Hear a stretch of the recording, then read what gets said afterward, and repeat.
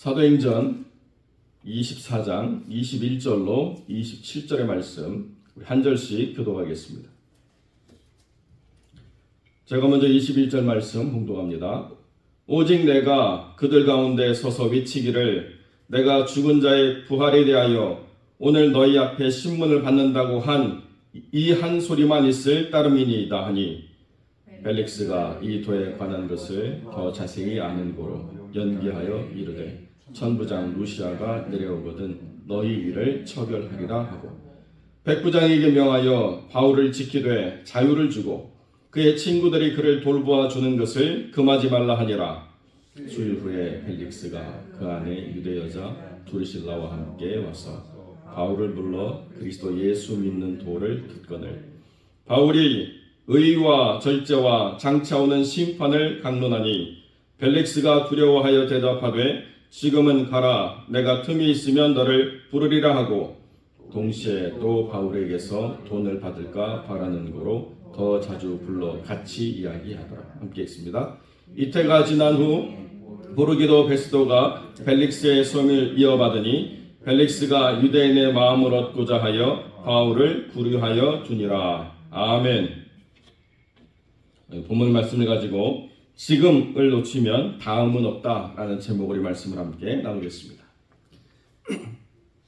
지금 천부장이 예루살렘에서 일어난 이 소동 때문에 바울이 로마 시민으로서 큰 위협에 있다는 것을 알고 가장 로마의 영향력이 강한 로마 총독이 지금 머물고 있는 가이사랴라고 하는 곳으로 바울을 호송해서 그때 총독으로 왔던 벨릭스 앞에서 유대의 제사장들과 바울이 서로 변론하는 것을 다 들었습니다. 저희가 읽은 마지막 바울의 변론이 21절에 있는데 나는 오직 죽은 자의 부활에 대해서 신문을 받는다라고 말한 것밖에는 로마에 대해서 아무런 비판을 한 것이 없다. 그렇게 이야기를 했습니다. 벨릭스는 이 도에 관한 것을 더 자세히 알고 있는 사람이었다라고 성경이 이야기하고 있습니다.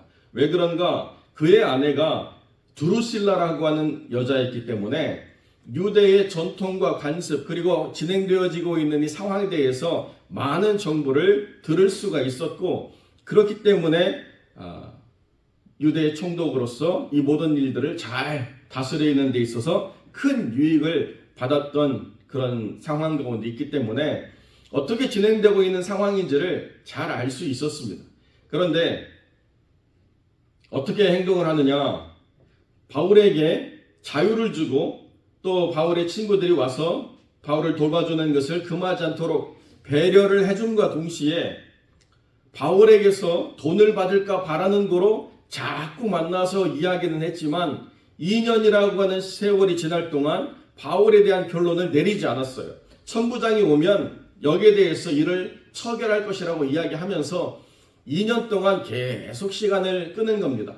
그런데 바울이 만나서 하는 이야기가 의와 절제와 장차오는 심판에 대해서 이야기하니까 그 말씀은 두려워가지고 또 돌려보냈다가 생각해보면 바울이 가지고 있는 돈이 생각나서 또 부르고 또 돌려보내고 하는 일들을 2년이라고 하는 시간 동안 반복했다. 그리고 났더니 이제 후임으로 보르기오 베스도라고 하는 사람이 내려오고 벨릭스는 해임되었다. 이렇게 성경이 말하고 있다는 것입니다.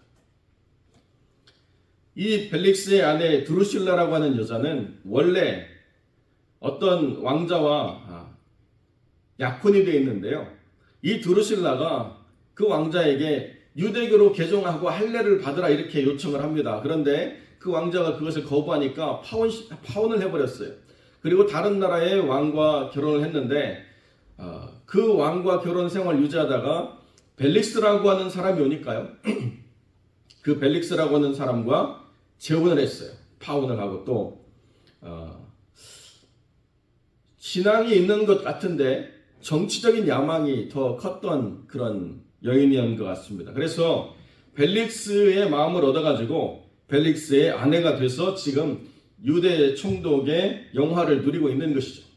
그러면서 벨릭스가 유대인들을 어떻게 다스려야 되는가에 대해서 많은 이야기들을 해주었던 것으로 그렇게 보여집니다. 그렇기 때문에 이 도에 관한 것을 자세히 알게 되었다. 이미 이렇게 성경은 말하고 있는 것이죠. 그런데 하나님이 바울을 바로 로마로 보내지 않고 벨릭스의 보호 아래 2년이나 그 가이사랴라고 하는 땅에서 계속 머물게 하신 이유가 뭘까? 많은 이야기를 할 수 있습니다. 아직 하나님의 때가 준비되지 않았다라고 하는 것은 너무나도 당연한 것이고요. 하나님의 때가 준비되지 않았다라고 하는 것은 지금 로마의 황제가 교체되고 있는 시기이기 때문에 바울이 황제의 앞에 나아가서 이 문제를 심판받는다고 말할 때 불분명하게 결론이 날 그런 상황이기 때문에 네로라고 하는 황제가 등극하기까지의 기간 동안 하나님이 바울을 지켜주시기 위한 그런 과정인 것은 틀림없는 사실입니다. 그런데 바울의 입장에서도 보면 지금까지 쉼없이 달려왔거든요. 지금까지 자신의 건강을 돌보지 않고 열심으로 하나님의 나라와 의를 위해서 수고했기 때문에 2년이라고 하는 시간 동안 자유롭게 머물면서 그 친구들이 돌보아주는 돌봄을 통해서 앞으로의 사역과 또 모든 수감의 그 고통들을 이겨낼 소중한 회복의 시간을 하나님이 바울에게 주셨다. 이렇게 보는 것도 틀린 이야기는 아닌 것 같습니다. 그런데 더 중요한 건요. 벨릭스라고 하는 이 사람과 드루실라라고 하는 이 유대 여인에게 하나님이 바울을 통해서 계속 말씀을 주셨다는 거예요. 그런데 그들이 지금 바울을 대면하면서 바울에게 허락하신 하나님의 은혜와 바울에게 허락하신 그 말씀에 압도돼 가지고 부정은 못하는데 믿지는 않는 것입니다. 그리고 계속 바울을 자주 만나는 이유가 뭐냐? 말씀을 듣고 감동이 돼서 변화를 받기 위해서 만남을 청하는 것이 아니라 바울이 가지고 있는 바울의 돈, 여기에 모든 목적이 있었다는 거예요. 2년이라고 하는 시간 동안 바울을 만났는데 오로지 바울에게 기대하는 게 돈밖에 없다라고 이야기하면 이 얼마나 어리석은 인생입니까?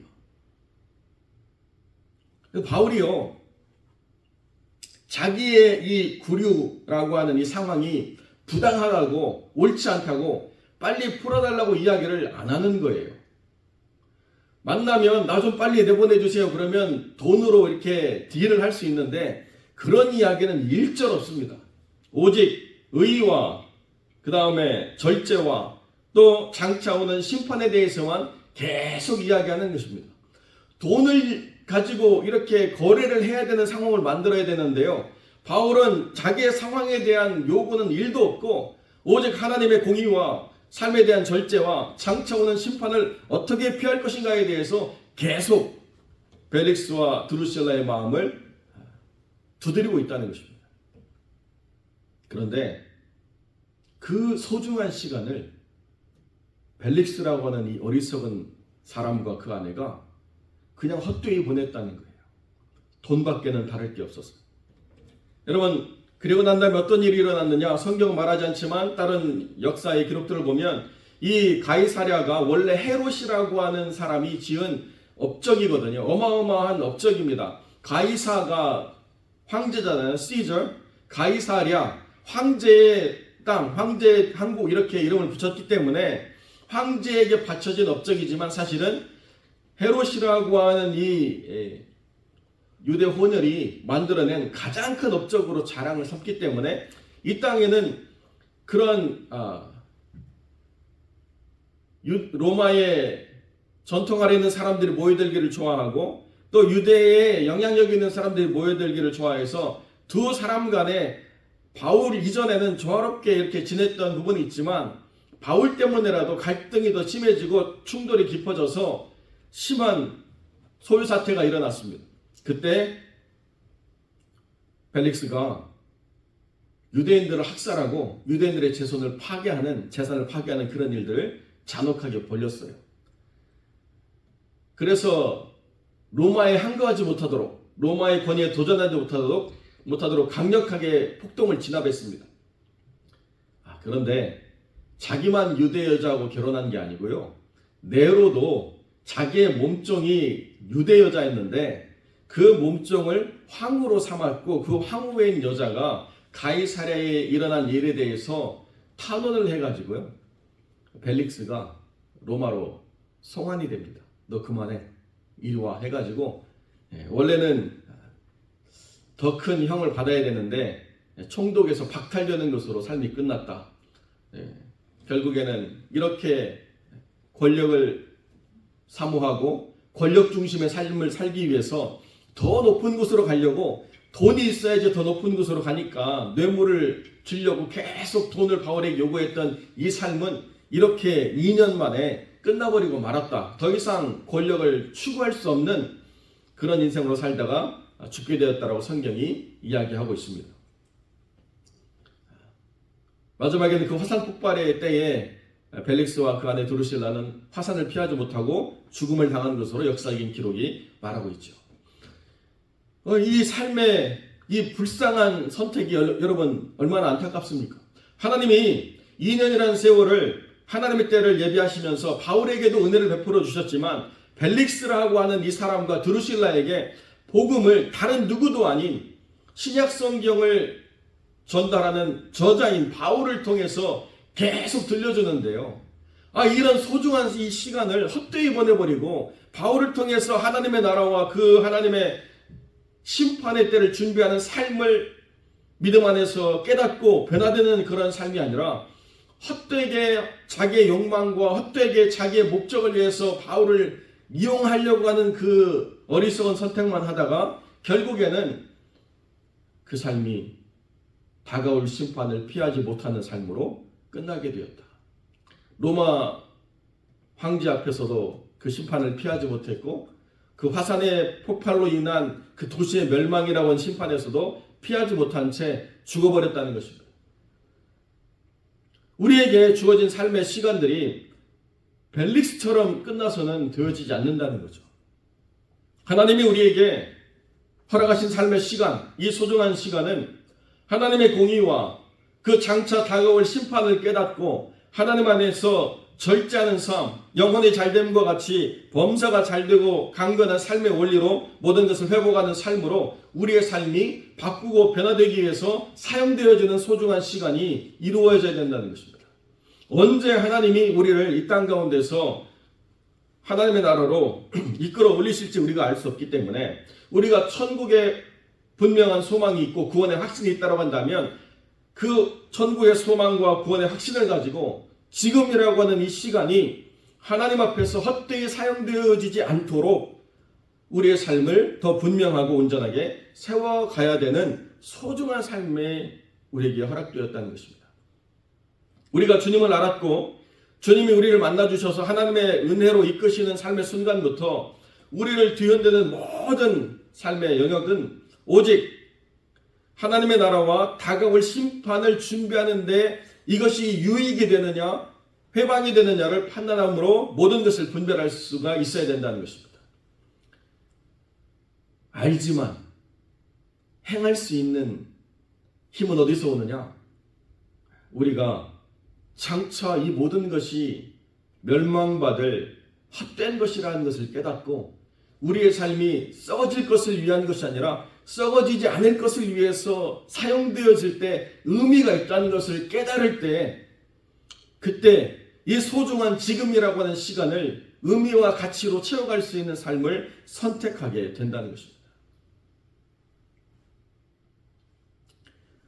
며칠 전에도 함께 신앙생활을 했던 어떤 권사님이 하나님의 부르심을 받으셨다는 이런 이야기를 듣는데요. 그냥 팔이 아팠대요. 등이 좀 아프고. 왜 그런가?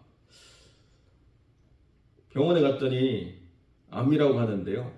무슨 암인지 더 검사하기 위해서 한 달을 기다려보고 한 달 기다려서 또 조직검사 결과 나오는데 또 한 달을 기다렸는데요. 그리고 난 다음에 하나님이 오라고 하셨다는 거예요. 그러니까 2달 정도 이렇게 암에 대한 결과를 들으려고 하다가 아무런 치료도 받지 못한 채 그냥 그렇게 가셨다고 그러면서 말씀을 전해주시는 분이 여러 가지로 소회를 밝히고 안타까워하시더라고요. 우리 인생이 언제 하나님 앞에 설지는 아무도 장담할 수 없습니다. 그런데 더 중요한 게 뭐냐? 언제 서느냐보다 어떻게 서느냐가 더 중요하다는 거예요. 어떻게 우리가 하나님 앞에 설 것인가? 바울이라고 하는 사람을 만났으면, 바울이 전하는 그 도에 대해서 더 자세히 알고 있었으면, 바울이 생명 걸고 전하는 그 가치가 무엇인가에 대해서 바울이 그렇게 열심으로 증거할 때 마음을 열고 그 말씀을 받아서 하나님의 사람으로 변화가 된다라고 하면 참 좋겠지만 모든 인생이 다 그렇지 않다는 것입니다. 하나님이 은혜를 베풀어 주셔서 걸어간 교회의 일원이 되게 하시고 말씀을 듣게 하시고 예배자리에 서게 하시고 하나님의 나라를 이루어가도록 역사하시는 그 소중한 삶이 펼쳐져 있는데요. 여러분, 참 이해할 수 없는 것이 바뀌지가 않는다는 거예요.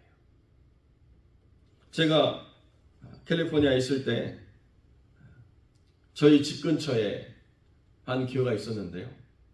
교회가 잘 성장하다가 갑자기 갈등이 와가지고 그 갈등 때문에 교회가 아주 심각한 지경에 이르렀습니다. 그래서 그 갈등으로 힘들어하던 부목사님이 주일날 그 갈등에 휘말리다가 갑자기 쇼크가 와가지고 주일날 돌아가셨어요.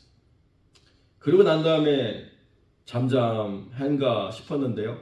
또 새로운 목사님 모셔서 한 10년간 열심히 사역하셨는데 그 목사님도 10년을 버티지 못하고 결국에는 사임을 하시고 그 목사님은 목회를 그만두셨어요.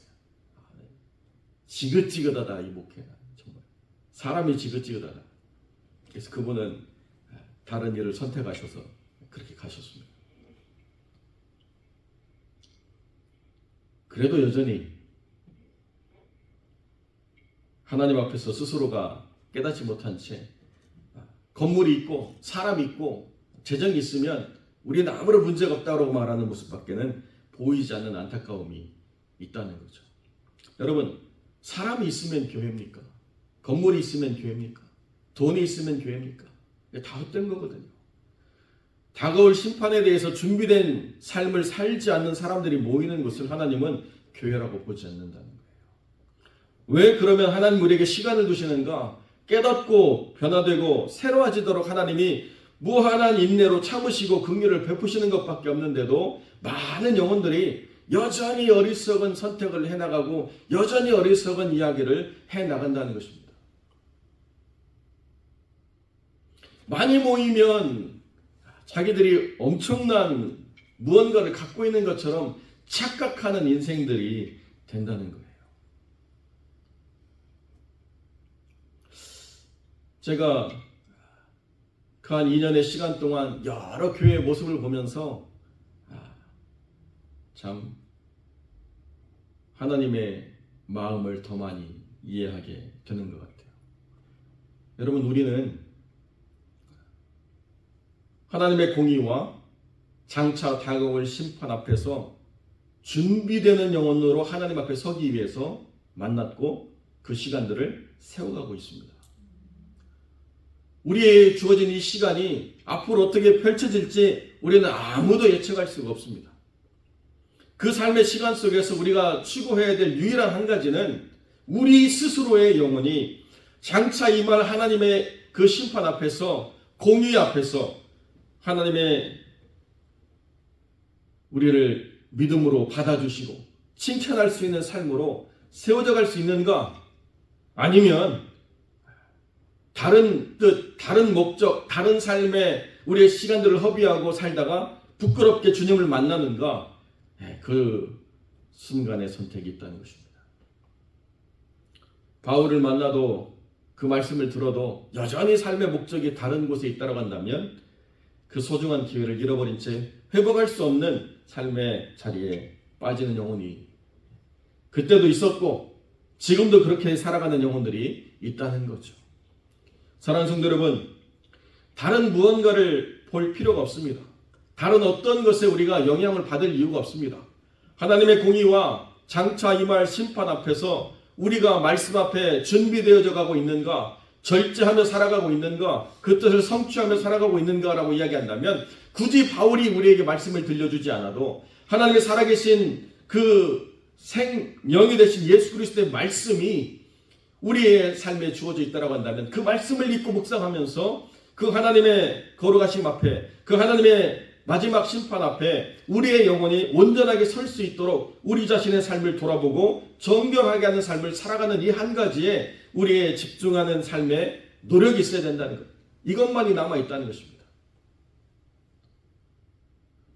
하나님께서 화평장로교회를 또 새로운 한 해 속에서 이끌어 가실 때 이 하나님의 걸어가신 기준 앞에서 우리가 얼마나 올바르게 서는가를 끊임없이 돌아보도록 하나님이 저를 세우시고 또 말씀을 읽게 하시고 기도하게 하시고 여러 교제를 통해서 깨닫게 해주실 때 그때 철이 철을 날카롭게 함과 같이 저와 여러분이 서로가 교제하면서 저와 여러분이 서로가 함께 예배드리면서 함께 기도하면서 하나님 앞에서 서로 부끄러움이 없는 믿음의 사람으로 세워져가는 거룩한 공동체가 될 때 그저 숫자로 판단되지 않는 영혼의 가치로 판단될 수 있는 온전한 교회가 우리 안에서 세워져 갈 줄로 믿습니다. 하나님이 그렇게 우리를 사용하여 주시기를 우리 함께 기도하며 나가는 믿음의 사람들이 되어주시기를 주님의 이름으로 간절히 축원드립니다.